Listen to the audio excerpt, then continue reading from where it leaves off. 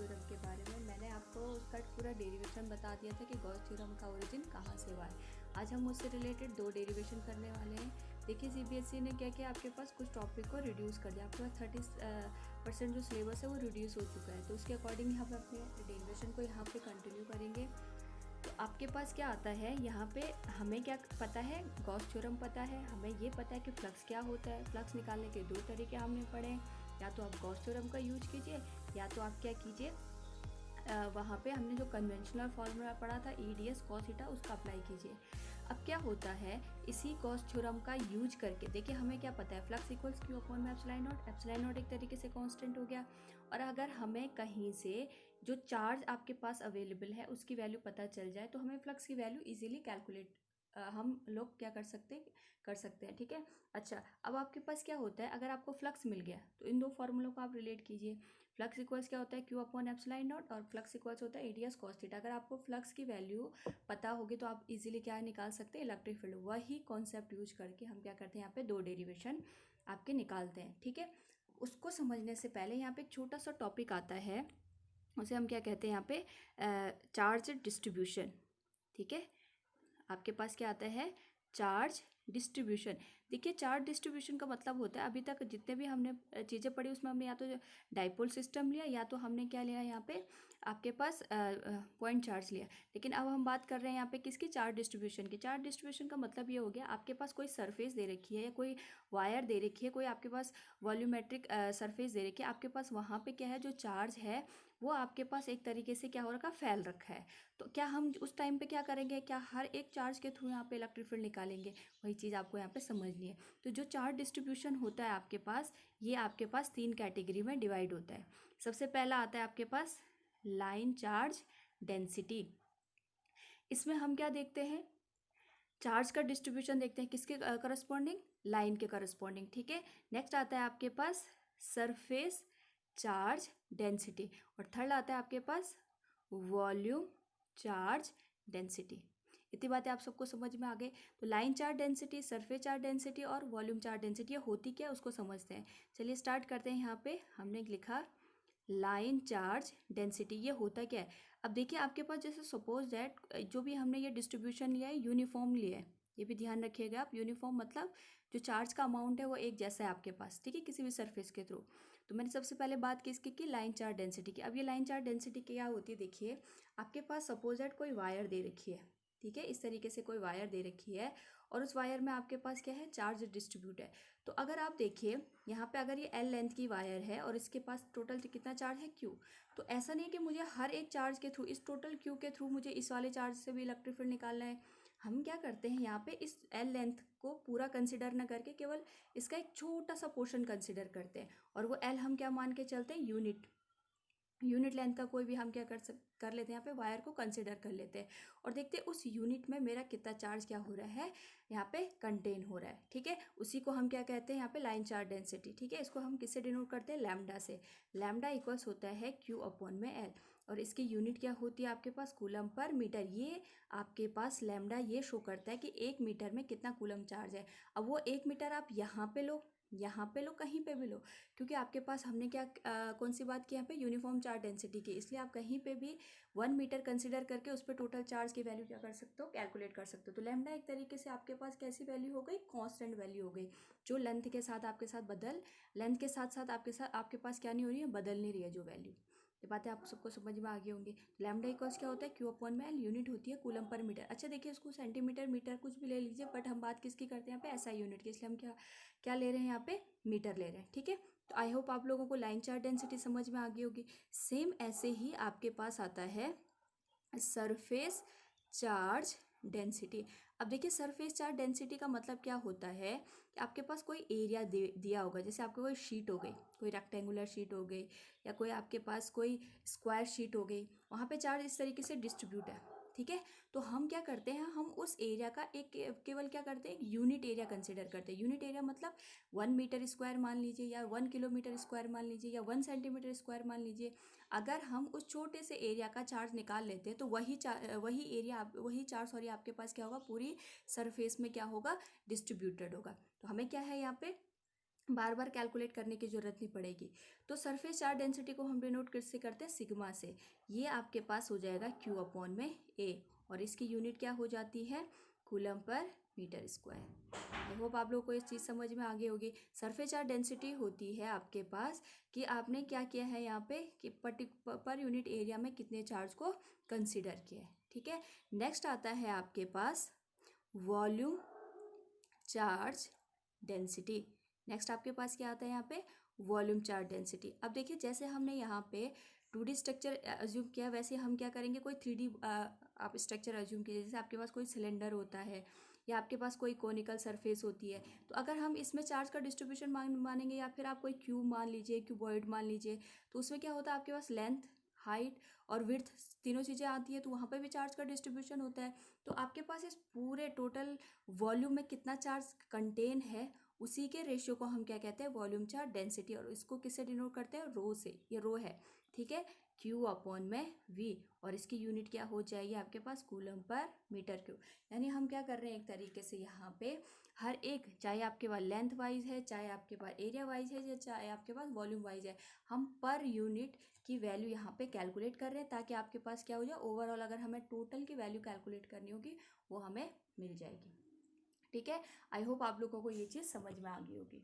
पे जो भी हमने गॉस थ्योरम पढ़ी उसका यूज करके हम इलेक्ट्रिक फील्ड निकालेंगे, ठीक है। ये ध्यान रखिए, हमें निकालना क्या है, इलेक्ट्रिक फील्ड।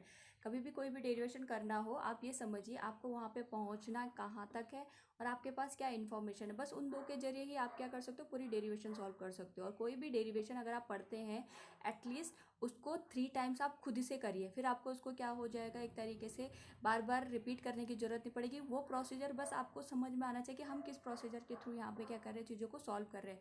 वहाँ पे आपको क्या करनी पड़ती है, फिर लर्न करने की जरूरत नहीं पड़ती है। तो हम पढ़ रहे हैं यहाँ पे electric field due to a finite length wire. अब देखिए सपोज दैट आपके पास कोई यहाँ पे वायर दे दी मैंने, ठीक है। ये आपके पास कोई वायर है और आपको पता है वायर कैसी होती है, आपके पास सिलेंड्रिकल होती है। इस वायर में आपके पास क्या है, चार्ज का डिस्ट्रीब्यूशन हो रखा है। आपको क्या करना है, इस वायर से आर डिस्टेंस पे कोई पॉइंट दे रखा है पी, यहाँ पे इलेक्ट्रिक फील्ड निकालना है। अब आप खुद सोच के देखिए, हमारे पास ये एल लेंथ की वायर है, ठीक है। इसकी लेंथ हम यहाँ मान लेते हैं एल। अब खुद सोच के देखिए, ये आपके पास जो एल लेंथ की वायर में चार्ज डिस्ट्रीब्यूटेड है, हर एक चार्ज की वजह से पी पे इलेक्ट्रिक फील्ड होगा, है या नहीं है, ठीक है। तो अब आप खुद सोच के देखिए, क्या क्या हम हर एक चार्ज के थ्रू इलेक्ट्रिक फील्ड निकालेंगे, ये तो पॉसिबल ही नहीं है। आपके पास क्या हो जाएगा, बहुत ही ज़्यादा कॉम्प्लिकेटेड सिचुएशन आ जाएगी। तो उसी चीज़ को रिमूव करने के लिए हम किसका सहारा लेते हैं, गॉस थ्योरम का, ठीक है। अब आप देखिए, इसमें सबसे पहले आपको क्या कंसिडर करना है कि जिस पॉइंट पे आपको इलेक्ट्रिक फील्ड निकालना है, जैसे मुझे यहाँ पे पी पे निकालना है, उसको लेते हुए आप एक क्या बनाते हैं, 3D स्ट्रक्चर बनाते हैं। यहाँ पे कौन सा स्ट्रक्चर बनाते हैं, 3D स्ट्रक्चर। ये लिखना नहीं आपको, बस ये आपको समझाने के लिए बता रही हूँ मैं। अब पी को लेते हुए मैं कोई 3D स्ट्रक्चर अपने इमेजनरी बना लेते हैं, और ये इस इमेजनरी सरफेस को ही हम क्या कहते हैं, यहाँ पे गॉसियन सरफेस कहते हैं। इसी को हम क्या कहते हैं यहाँ पे, गॉसियन सरफेस। अब देखिए, आप कोई भी आप 3D स्ट्रक्चर अज्यूम कीजिए, आप सिलेंड्रिकल सरफेस अज्यूम कीजिए, आप क्यूबॉइड मान लीजिए, क्यूब मान लीजिए, आप कोनिकल सरफेस मान लीजिए, बट ट्राई ये कीजिए, ऐसी सरफेस कंसिडर कीजिए आपके पास जो कि किससे सिमेट्रिकल हो, आपके पास जिस बॉडी के थ्रू आप इलेक्ट्रिकल फील्ड निकाल रहे हो। उससे क्या होता है, आपके पास जो एरिया हम निकालते हैं इसमें, उसको निकालने में क्या हो जाती है, आसानी हो जाती है। बात समझ में आ गई आप सभी के। तो हम क्या करते हैं, पी पॉइंट को लेते हुए एक यहाँ पे गॉसियन सरफेस बना लेते हैं। अब देखिए, ये आपके पास वायर सिलेंड्रिकल है, तो इसके रिस्पेक्ट में आपके पास पी पॉइंट को लेते हुए अगर मैं यहाँ पे कोई सरफेस अज्यूम भी करूँ, तो वो आपके पास 3D स्ट्रक्चर में कैसी सरफेस आ जाएगी, वो आपके पास आ जाएगी यहाँ पे गॉसियन सरफेस। इस तरीके से हमने अज्यूम कर लिया, ठीक है। तो यहाँ से आपको क्या करना है, आर डिस्टेंस पे पी पॉइंट है, तो आर रेडियस का हमने क्या मान लिया, एक सिलेंडर कंसिडर कर लिया। इतनी बातें सबको समझ में आ गई। तो हमें क्या करना है, पी पॉइंट पे इलेक्ट्रिक फील्ड निकालना है। तो हम क्या करेंगे, यहाँ पे इस पी पॉइंट के रिस्पेक्ट में सबसे पहले एक छोटा सा एरिया कंसिडर करेंगे। यहाँ पे इस छोटे से एरिया को हमने मान लिया कि इसका सपोज सरफेस एरिया कितना है, आपके पास ds है। इतनी बातें सबको समझ में आ गई।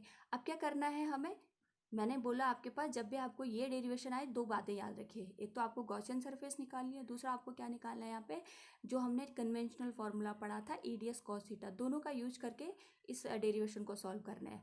तो आप अज्यूम कीजिए इलेक्ट्रिक फ्लक्स थ्रू, आपके पास क्या हो जाएगा, through small area small area D S will be, कितना हो जाएगा आपके पास यहाँ पे, ये हो जाएगा डी फाई इक्वल्स हो जाएगा E D S cos theta.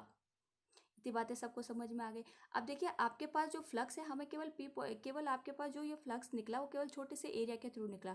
हमें तो इस कंप्लीट जो वायर दे रखी एल लेंथ की वायर, उसके थ्रू क्या निकालना है, इलेक्ट्रिक फील्ड निकालना है।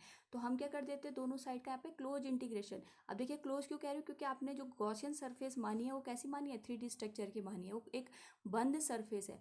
मैंने आपको क्लोज सरफेस का एरिया पहले भी बता रखा है। एनक्लोज सरफेस का मतलब होता है एक 3D स्ट्रक्चर, जैसे कोई कटोरी होती है उसके आपने के ऊपर आपने एक दूसरी कटोरी रख दी, वो एनक्लोज सरफेस होगी आपके पास।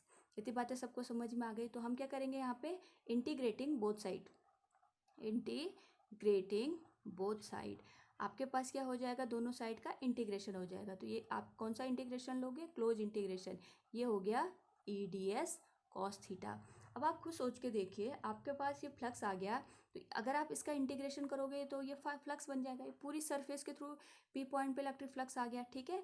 अब यहाँ पे आपके पास क्या होगा, या तो आप इसका क्लोज इंटीग्रेशन करो इस पूरी सरफेस का, वो आप हायर क्लासेस में पढ़ोगे, जब आप क्या करोगे, जैसे बीएससी वगैरह में आपके पास ये चीज़ें आती हैं, या आप क्या करोगे, जैसे इंजीनियरिंग में जो अगर कोई स्टूडेंट जाएगा वहाँ पे ये सारी चीज़ें आपको सीखने को मिलेगी। लेकिन आपको क्या करना है, यहाँ पे इसको करने का एक दूसरा तरीका है जो आप लोगों के लिए क्या पड़ता है, थोड़ा ईजी पड़ता है।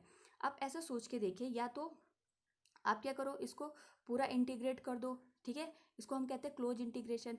या आप क्या कीजिए, यहाँ पे आप इस सरफेस को ओपन कर दीजिए। ओपन करने का मतलब क्या हो गया, ये आपके पास सपोज दैट कोई सिलेंड्रिकल बॉडी में कहूँगी इसको ओपन करो, तो आप क्या करोगे, ये वाला आपके पास जो सर्कुलर स्ट्रक्चर है इसको यहाँ से ओपन करोगे, इस वाले पोर्शन को यहाँ ओपन करोगे, ये आपके पास थर्ड सरफेस आ गई। यानी हम क्या करते हैं, जो भी स्ट्रक्चर हमें गिवन होता है हम उसको उसके डिफरेंट सरफेस एरिया में क्या कर देते हैं, ब्रेक कर देते हैं। और हमें पता है सिलेंडर के पास कितने एरिया होते हैं, 3 सरफेस एरिया होते हैं। बात समझ में आ गई। तो मैंने इसको मान लिया फर्स्ट, ये हो गया आपका सेकंड, ये हो गया थर्ड। तो अगर मैं इस केस में इसको लिखूँ तो ये हो जाएगा E D S cos theta integration for first surface. अब देखिए यहाँ सर्कल है, यहाँ सर्कल नहीं आएगा, क्यों नहीं आएगा, क्योंकि आपके पास एनक्लोज्ड बॉडी है और हम किसकी बात कर रहे हैं, केवल ओपन सरफेस की, इस वाले सरफेस की बात कर रहे हैं। बात समझ में आई सभी को। अच्छा, ऐसे ही आपके पास क्या आ जाएगा, E D S cos theta आ जाएगा, ये आपके पास कौन सी सरफेस हो गई, सेकंड सरफेस। और ऐसे ही हम क्या ले लेंगे, ई डी एस कॉस थीटा, ये आपके पास आ जाएगी थर्ड सरफेस। अगर आप यहाँ पे तीनों को कंसिडर करो, फर्स्ट सरफेस के लिए थीटा की वैल्यू निकालते जरा, ये आपके पास प्लस चार्ज है, प्लस चार्ज के लिए इलेक्ट्रिक फील्ड आउटवर्ड होता है, ये इलेक्ट्रिक फील्ड आ गया। और इस सरफेस का नॉर्मल कहाँ को आएगा, ये नॉर्मल आ गया। यानी इस केस में थीटा क्या हो गया आपके पास 90, और कॉस 90 क्या होता है 0। आप ये भी मान के चल सकते हो, देखिए ये सरफेस और इलेक्ट्रिक फील्ड, सरफेस और इलेक्ट्रिक फील्ड जब आप आपस में पैरेलल होते हैं तो आपके पास नेट फ्लक्स क्या हो जाता है, 0 हो जाता है। इतनी बातें सबको समझ में आ गई, ठीक है। पैरेलल सरफेस होती है, लेकिन नॉर्मल आपके पास क्या होगा, वहाँ पे 90 डिग्री बनाएगा, ठीक है। जिसको भी यहाँ पे एंगल लेने में आपके पास प्रॉब्लम होती हो, आप प्रीवियस लेक्चर देख सकते हैं, वहाँ पे मैंने बहुत अच्छे से एक्सप्लेन करा है किस तरीके से हम यहाँ पे एंगल को कंसिडर करते हैं, ठीक है। फिर भी आपका कोई डाउट रह जाता तो प्लीज़ आप कमेंट बॉक्स में मेंशन कीजिएगा। नेक्स्ट आप सेकंड सरफेस के लिए देखिए, ये इलेक्ट्रिक फील्ड हो गया और ये इसका नॉर्मल आ गया। यहाँ पे थीटा की वैल्यू आपके पास अगेन क्या हो जाएगी 90, और आपके पास कॉस 90 क्या हो जाता है 0। इसी तरीके से थर्ड सरफेस के लिए देखिए, अब इस सरफेस के लिए ये इलेक्ट्रिक फील्ड हो गया, और इस सरफेस का हम नॉर्मल कैसे लेंगे, मैंने आपको पहले भी बताया था। कर्व के लिए पहले आप क्या कीजिए, उस पर टेंजेंट ड्रॉ कीजिए। अब ये टेंजेंट बन गया इस सरफेस के लिए, तो ये आप, या फिर आप टेंजेंट, ये टेंजेंट ड्रॉ कर दिया आपने। अब इस टेंजेंट पे आप 90 डिग्री किस तरीके से ड्रॉ करोगे, ये आपका 90 डिग्री बन गया। इतनी बातें आपको सबको समझ में आ गई। यानी थीटा की वैल्यू क्या हो जाएगी, यहाँ पे 0 डिग्री हो जाएगी। तो ये आपके पास बन जाएगा E D S cos 0। Flux की वैल्यू क्या हो जाएगी यहाँ पे, ई डी एस कॉस 0 की वैल्यू क्या होती है आपके पास 1 होती है। अब देखिए हमें इलेक्ट्रिक फील्ड निकालना है, तो इसको हम क्या करते हैं, इंटीग्रेशन से बाहर कंसिडर कर देते हैं, ये हो जाएगा ई इंटू डी एस। अब हमें क्या करना है, यहाँ पे अभी तक हमने गॉस थ्योरम का यूज नहीं किया, अब हमें इलेक्ट्रिक फील्ड चाहिए, इसलिए हम क्या करेंगे यहाँ पे, using Gauss theorem, using Gauss theorem. Gauss theorem क्या कहती है, आपके पास कोई भी फ्लक्स होता है उसमें जो आपके पास फ्लक्स की वैल्यू होती है क्यू अपॉन में एप्सिलॉन नॉट होती है, ये हो जाएगा E into integration of D S. अब देखिए जो ये डी एस है कौन से सरफेस का है, थर्ड सरफेस का है, तो थर्ड सरफेस के लिए डी एस की वैल्यू क्या हो जाएगी यहाँ पे, ये हो जाएगी आपके पास ई इंटू 2πr l। तो इलेक्ट्रिक फील्ड अगर हम कैलकुलेट करते हैं, ये हो जाएगा आपके पास Q अपॉन में 2πε0 इंटू आर इंटू में एल, और चार्ज अपॉन में लेंथ ये होता है आपके पास लैम्डा, लैम्डा अपॉन में 2πε0 इंटू में आर। ये आपके पास क्या बन गया, electric field through a finite length wire. इतनी बातें सबको समझ में आ गई। अच्छा, इसमें आपको मैं एक और की पॉइंट बता दूँ, सॉरी ये आपको दिख नहीं रहा होगा, देखिए मैंने क्या किया यहाँ पे की इक्वल्स क्यू अपॉन में 2πε0 आर इंटू एल आ गया। मैंने क्या किया, क्यू अपॉन एल को क्या ले लिया, लैम्डा ले लिया। ठीक है, इतनी बातें आप सबको समझ में आ गई। और अगर यहाँ पे इलेक्ट्रिक फील्ड और डिस्टेंस के बीच का अगर आपके पास क्या पूछे, ग्राफ पूछे, तो आपके पास इस तरीके से क्या बन जाएगा, इनके बीच का ग्राफ बन जाएगा। ठीक है, यहाँ तक आपको सारी चीज़ें क्लियर हैं। फिर भी कोई डाउट आता है तो आप कमेंट बॉक्स में पूछ सकते हैं। ठीक है, नेक्स्ट डेरिवेशन हम देखते हैं। इसमें आपके पास कोई थिन शीट दे रखी है, इनफाइनाइट थिन शीट दे रखी है, उसके थ्रू इलेक्ट्रिक फील्ड किस तरीके से कैलकुलेट करते हैं। अब देखिए हमें क्या निकालना है, electric field due to a infinite thin sheet. ये मैंने थिन शीट बना दी यहाँ पे। इस थिन शीट से पी डिस्टेंस पे कोई आपको क्या दे रखा है, यहाँ पे पॉइंट दे रखा है, जहाँ पे आपको क्या पी डिस्टेंस पे, इसको आप आर मान लीजिए, एल मान लीजिए, कुछ भी मान लीजिए, पी पॉइंट पे आपको इलेक्ट्रिक फील्ड निकालना है, बस ये आप समझ लीजिए। अब जब आप इसको इस तरीके से कंसिडर करते हैं तो आपके पास क्या हो जाता है, जैसे मैंने आपको प्रीवियस डेरिवेशन में बताया, आपको इसके करस्पॉन्डिंग क्या मानना है, सबसे पहले एक गॉसियन सर्फेस। अब देखिए कोई थिन शीट है, शीट आपके पास रेक्टेंगुलर होती है या फिर क्यूब सॉरी स्क्वायर के शेप में होती है। उसके रिस्पेक्ट में अगर आप कोई पी पॉइंट को लेते हुए इमेजिनरी सरफेस बनाओगे तो वो कैसी बनेगी आपकी, वो बनेगी आपकी या तो एक क्यूब बनेगा या तो एक क्यूबॉइड बनेगा। तो यहाँ पे क्या है, जो आपके पास एनसीईआरटी में दे रखा है, वहाँ पे आपके पास क्या किया है उन्होंने, एक क्यूब या क्यूबॉइड ना मान के कोई हमने क्या मान लिया, एक सिलेंड्रिकल बॉडी मान ली। क्योंकि आपका जो सिलेंडर है वो क्या करता है, बोथ साइड को कवर कर लेता है। और इसमें कोई वो ऐसा नहीं है कि आप केवल सिलेंडर को लेके सॉल्व करोगे, आप उस वाले मेथड से भी सॉल्व कर सकते हो, आपके पास डेरिवेशन क्या आता है, सेम आता है। तो हम क्या करते हैं, एक यहाँ पे सिलेंडर लेते हैं, जो सिलेंडर आपके पास क्या होता है, दोनों सरफेस को पेनिट्रेट कर लेता है, इस तरीके से वो पेनिट्रेट करते हुए निकल जाता है। ठीक है, अब यहाँ पे हमें क्या निकालना है, electric field due to small area, जो आपके पास किसको लेके बनाएंगे हम, पी को। ये आपका स्मॉल एरिया हो गया ds, due to small area ds। तो फ्लक्स की सॉरी इलेक्ट्रिक फील्ड नहीं आएगा, इलेक्ट्रिक फ्लक्स आएगा आपके पास, electric flux due to small area ds। तो डी फाई की वैल्यू क्या हो जाएगी, एक तरीके से E D S cos theta. लेकिन हमें क्या करना है, यहाँ पे कंप्लीट सरफेस के थ्रू निकालना है, तो हम क्या करेंगे इसका again integrating both side, integrating both side, हम क्या करेंगे, बोथ साइड का इंटीग्रेशन करेंगे। ठीक है, तो ये हो जाएगा, और क्लोज इंटीग्रेशन करेंगे क्योंकि आपके पास जो गॉसियन सरफेस होती है एनक्लोज्ड बॉडी होती है। ये आ जाएगा आपके पास D phi close integration of E D S cos theta. बस जैसे हमने प्रीवियस उसमें किया था वही चीज़ है। तो आपको एक पैटर्न पकड़ना है यहाँ पे, मैं आपको बस यही समझा रही हूँ, डेरिवेशन रटने की कोई ज़रूरत ही नहीं होती है। हाँ, जहाँ पे आपको थोड़ा लिंक करने वाली बातें होती है वो आपको थोड़ा ध्यान रखनी होती है, बाकी आपके पास सारी डेरिवेशन क्या होती है, एक दूसरे से रिलेटेड होती है।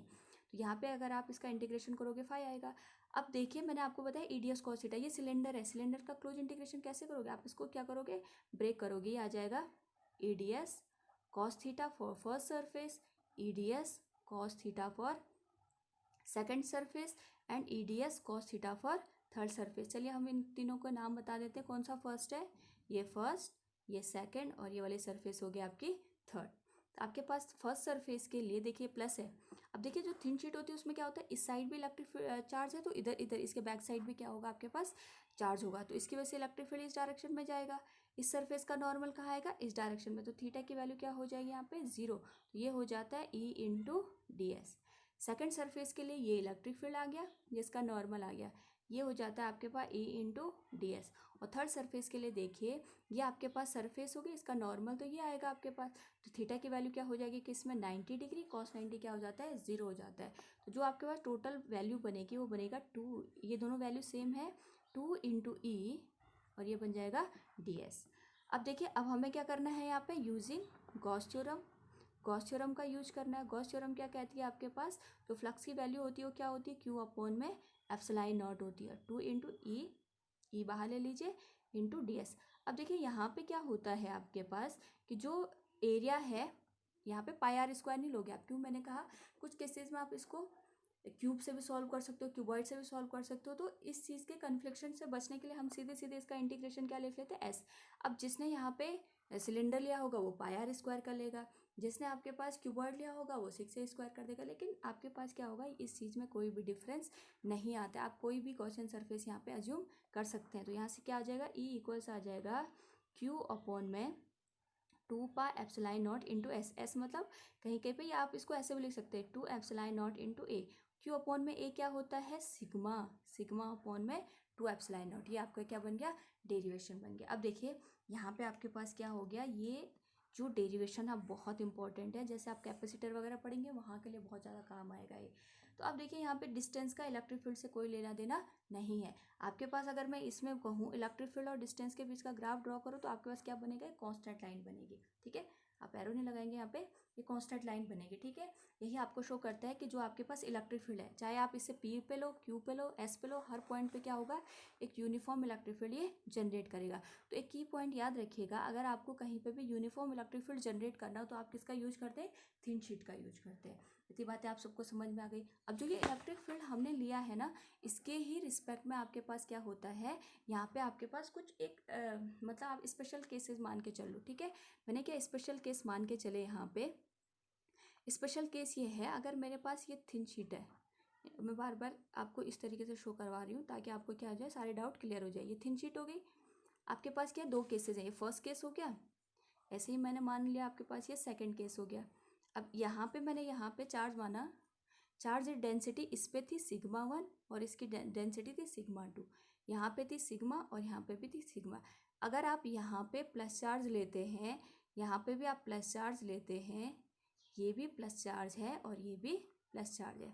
अब देखिए यहाँ पे आपको कितने रीजन दिखाई दे रहे हैं, 3 रीजन दिखाई दे रहे हैं जहाँ पे आपको इलेक्ट्रिक फील्ड पॉसिबल है, जहाँ पे आपको इलेक्ट्रिक फील्ड मिल सकता है। तो हम क्या करेंगे, तीनों पे इलेक्ट्रिक फील्ड निकालेंगे। फर्स्ट केस में देखिए, अगर फर्स्ट रीजन में इस प्लेट 1 नंबर 1 ये ए हो गया, ये बी हो गया, ये ए हो गया और ये बी हो गया। ए के थ्रू अगर हम फर्स्ट रीजन में इलेक्ट्रिक फील्ड निकालेंगे तो ये इसकी डायरेक्शन बनेगी E1, बी की वजह से भी ये बनेगा आपके पास E2। तो जो आपके पास नेट फील्ड बनेगा वो क्या बनेगा, E1 प्लस E2। देखिए E1 की वैल्यू क्या हो जाएगी, σ1 अपॉन में 2ε0। सीधे लिख रही हूँ मैं, प्रीवियस डेरिवेशन से हमने कैलकुलेट किया। ये फॉर्मूला आप लोगों को याद होना चाहिए, बहुत जगह यूज होता है। सिग्मा अपॉन में 2ε0, छोटा सा फॉर्मूला है, ज़्यादा आपका टफ है नहीं कुछ।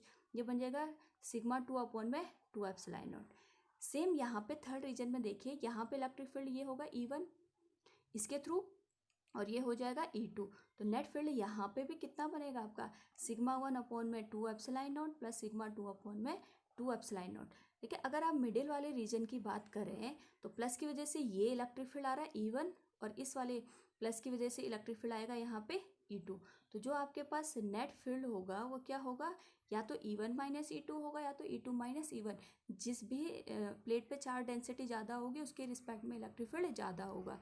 तो हम क्या करते हैं, मॉड ले लेते हैं, मॉड के थ्रू आप सॉल्व कर सकते हो। ये हो जाएगा σ1 अपॉन में 2ε0, σ2 अपॉन में 2ε0। नेगेटिव आपके पास आ गया। इतनी बातें आप सबको समझ में आ गई। तो मैं यही चीज़ समझाना चाह रही हूँ, अगर यही केस यहाँ पे आ जाए, क्योंकि ये कैपेसिटर के लिए बहुत बड़ा रोल प्ले करता है आपके पास। इस वाले केस में यहाँ फर्स्ट केस, यहाँ सेकेंड केस और ये थर्ड रीजन, यहाँ पे इलेक्ट्रिक फील्ड की डायरेक्शन सेम होगी, यहाँ पे भी इलेक्ट्रिक फील्ड की डायरेक्शन सेम होगी, लेकिन यहाँ पे इलेक्ट्रिक फील्ड क्या हो जाएंगे, जस्ट अपोजिट हो जाएंगे। तो तीनों केस में हम नेट फील्ड निकालते हैं। फर्स्ट केस के लिए नेट फील्ड देखिए, ये हो जाएगा सिग्मा अपॉन में 2ε0 माइनस सिग्मा अपॉन में 2ε0। नेट फील्ड की वैल्यू कितनी हो गई, 0। ये आपको समझ में, सॉरी यहाँ पे आपका सेम डायरेक्शन है तो प्लस हो जाएगा। ठीक है, तो ये हो जाएगा 2 सिग्मा अपॉन में 2ε0, यानी नेट फील्ड आपके पास आ गया सिग्मा अपॉन में ε0 इस वाले रीजन में। सेम इस वाले रीजन में भी आपके पास नेट फील्ड की वैल्यू कितनी आ जाएगी, सिग्मा अपॉन में ε0। लेकिन अगर मिडिल वाले रीजन की बात करो तो आपके पास नेट फील्ड की वैल्यू कितनी हो जाएगी, सिग्मा अपॉन में 2ε0 माइनस सिग्मा अपॉन में 2ε0। नेट फील्ड की वैल्यू हो जाएगी आपके पास कितनी, 0। इतनी बातें सबको समझ में आ गई। अगर आपको किसी भी एरिया में कोई भी इलेक्ट्रिक फील्ड नहीं चाहिए, लेकिन आउटर रीजन में कोई इलेक्ट्रिक फील्ड चाहिए, तो आप किसका यूज कर सकते हो, यहाँ पे दो आप प्लेट का यूज कर सकते हो, लेकिन उन पे चार्ज क्या होना चाहिए, सेम होना चाहिए। चार्ज डेंसिटी भी क्या होनी चाहिए, सेम होनी चाहिए। इतनी बातें आप सबको समझ में आ गई होगी, आई होप। तो अगर आपके पास कहीं भी ये एक तरीके से आइसोलेटेड इलेक्ट्रिक फील्ड, हमारे पास 400 एग्जिस्ट कर रहा है लेकिन इलेक्ट्रिक फील्ड यहाँ पे क्या है, स्टिल 0 है। ठीक है, इसी तरीके से हम यूज करते हैं यहाँ पे, क्योंकि ये आपके पास कैपेसिटर का कॉन्सेप्ट बनता है इसलिए मैं आपको बता रही हूँ। बाकी आप क्या करो, डिफरेंट यहाँ पे चार्ज डेंसिटी लेके सॉल्व कर सकते हो। एक प्लस मान लिया मैंने यहाँ पे, इस पे चार्ज डेंसिटी है सिग्मा, और आपने क्या मान लिया, उतना ही चार्ज डेंसिटी लिया, लेकिन इस पे जो चार्ज है वो नेगेटिव नेचर का है। कितने रीजन हमने यहाँ पे कंसिडर किए, 3 रीजन कंसिडर किए। तो देखिए अगर फर्स्ट रीजन की बात करेंगे, प्लस की वजह से इलेक्ट्रिक फील्ड ये आएगा E1 और माइनस की वजह से ये आएगा इलेक्ट्रिक फील्ड E2। ठीक है, सेम यहाँ पे इस वाले रीजन में प्लस की वजह से आउटवर्ड जाएगा E1 और माइनस की वजह से क्या आ जाएगा E2। सेम मिडिल वाले रीजन में प्लस की वजह से ये आएगा E1 और नेगेटिव की वजह से आएगा E2। फर्स्ट के लिए अगर आप बात करो तो यहाँ पे नेट फील्ड कितना हो जाएगा आपके पास, 0। देखिए कैसे, सिग्मा अपॉन में 2 epsilon not minus sigma upon में 2 एप्सिलॉन नॉट, दोनों अपोजिट है तो नेट वैल्यू क्या हो जाएगी, 0। सेम थर्ड, यहाँ पे थर्ड रीजन के लिए भी आपके पास क्या आ जाएगा, E1 माइनस E2, ये वैल्यू क्या हो जाएगी, 0। लेकिन अगर आप मिडिल वाले रीजन की बात करो तो आपके पास जो नेट फील्ड बनेगा वो नेट फील्ड क्या बनेगा, सिग्मा अपॉन में two epsilon naught plus sigma upon में 2 एप्सिलॉन नॉट, यानी यहाँ पे इलेक्ट्रिक फील्ड की वैल्यू कितनी बन गई आपके पास, सिग्मा अपॉन में एप्सिलॉन नॉट। ये हमें ये इंडिकेट करता है ये डेरिवेशन कि अगर आपके पास क्या है, दो डिफरेंट डेंसिटी, दो डिफरेंट नेचर के क्या कहेंगे हम इनको, शीट हैं, लेकिन उनके पास चार्ज डेंसिटी क्या है, सेम, तो उनके बीच में इलेक्ट्रिक फील्ड मैक्सिमम होगा। ये वैल्यू याद कीजिएगा प्लीज सब, सिग्मा अपॉन में एप्सिलॉन नॉट, लेकिन आउटर साइड पे इलेक्ट्रिक फील्ड कितना हो जाता है, 0। इस तरीके से आपके पास हम गॉस थ्योरम का यूज करके बहुत ही इंपॉर्टेंट कंक्लूजन पे पहुंचते हैं। एक सिलेंडर, एक हमने वायर के थ्रू पढ़ा, एक हमने शीट के थ्रू पढ़ा। वैसे आपके पास इसमें एक स्फेरिकल शेल का कॉन्सेप्ट भी आता है, तो अगर आप लोग डिमांड करेंगे तो मैं वो टॉपिक भी करवाऊंगी, लेकिन हम पहले अपना जो 12th का सिलेबस होता है उसको कंप्लीट करेंगे, बाद में जो टॉपिक आपके रह जाते हैं उन्हें हम देखेंगे। ठीक है, तो तब तक आप इन डेरिवेशन को रिवाइज कीजिएगा, अपना ख्याल रखिएगा। Thank you.